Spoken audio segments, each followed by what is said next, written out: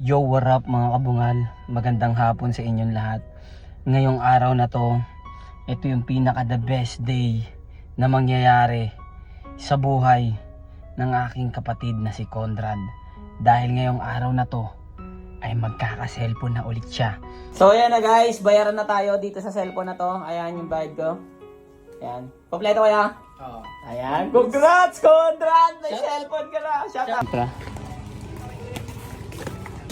Ano yung gawin mo? Huh? Di ba walang cellphone? Salamat. Kiss mo ako, kiss! Kiss, kiss! May kiss! Yeah! Malapit mo, umiyak pa, umiyak! Umiyak! Malaki bias niya pag umiyak, dali! Hindi. Hindi, sige, ano sabi mo, ano sabi mo? Siyempre, thank you Lord. Unang-una, thank you Lord sa lahat ng blessing na natatamasan natin. Lahat yan ay galing kay Lord, di ba?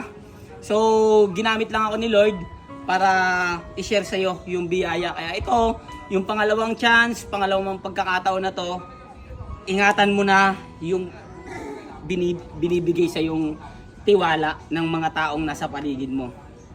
Ha? Ingatan mo ha? Ay, salo ka na ulit. Ano sabi mo? Pwede na umalis?